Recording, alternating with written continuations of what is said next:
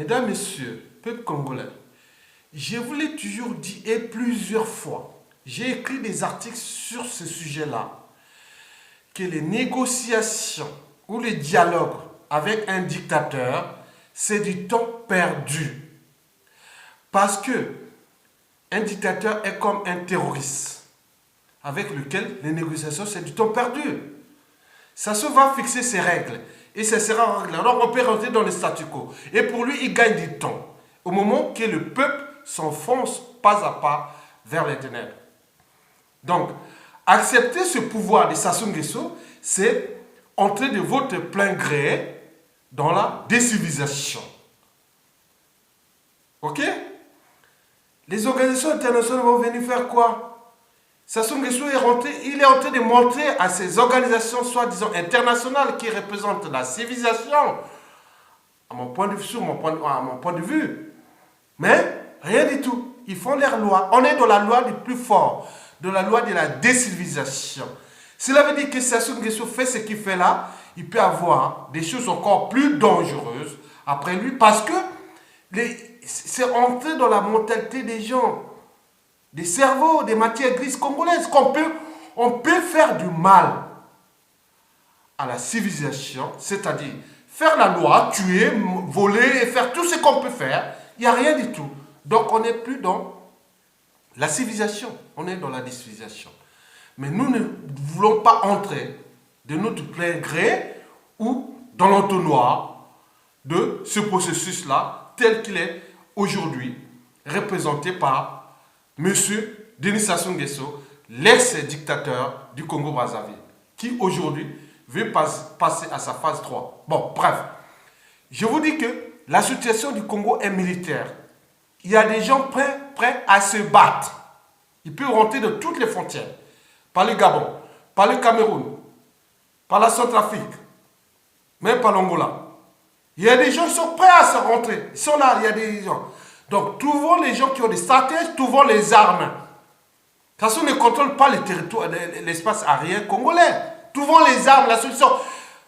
Les trucs de l'ONU ou de l'Union africaine, voilà, laissez-les faire la diversion. À côté, on fait comme lui. Lui, il laisse la diversion là-bas. À côté, il tue, il massacre, il fait des génocides, il fait ce qu'il veut. Voilà. Restons de cette diversion-là. Mais trouvons les armes. Le langage, Sassou Nguesso ne connaît que le langage de la violence. Donc, trouvons les armes. Et les stratégies, on trouvera les gens pour se battre. Ils sont prêts là-bas à se battre contre Sassou Nguesso et ses mercenaires et sa garde prétorienne, soi-disant garde républicaine. Je vous laisse comme je vous trouvais. Restons combatifs, nous allons gagner. Trouvons les armes. Les armes est maintenant. Les armes doivent maintenant parler.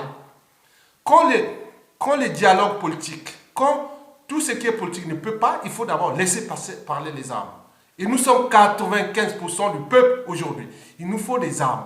On connaît là où se trouvent ces armes, tous les moyens du dictateur. On sait là. Mais il n'est pas 100% avec les mercenaires.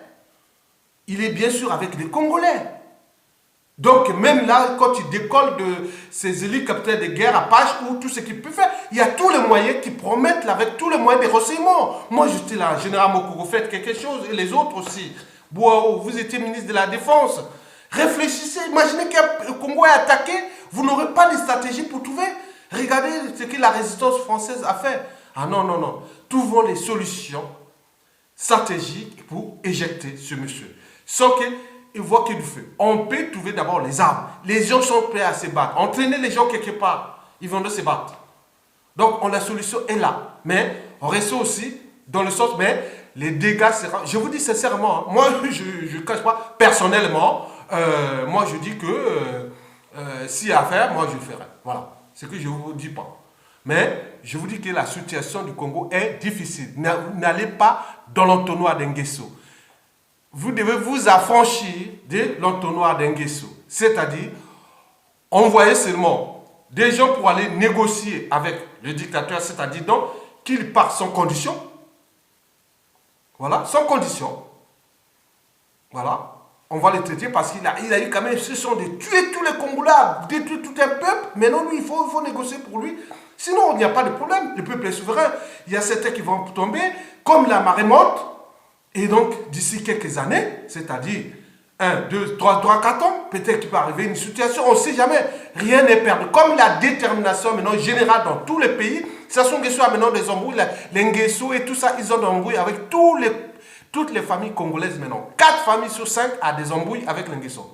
Donc, on ne pourra pas mettre ni Sassou Para, on ne peut pas mettre un garde Nguesso. Ça ne pourra pas être, c'est pas possible. Donc, nous, en venant arriver là, trouvons les solutions pour nous protéger déjà contre ces monstres qui ont été détruits pas à pas et demain va rentrer dans ces processus d'assassinat politique, oui, sur différentes échelles, nationales et aussi à l'étranger. Donc faisons attention, ils sont là pas pour nous, ils ne roulent pas pour nous. Soit disant intérêt supérieur ou intérêt supérieur. Non, ils ne sont pas pour nous. Battons-nous à sauver notre peuple et notre pays et surtout nos vies et familles. Parce que les gars, ils sont rentrés là. L'ONU va rentrer là pour... Voilà, les services après-vente, ils l'ont laissé faire, maintenant ils cherchent à faire là. Non, la négociation, c'est pour ça que les choses dégagent. Sinon, le reste, c'est la solution militaire. On va se battre. Merci beaucoup.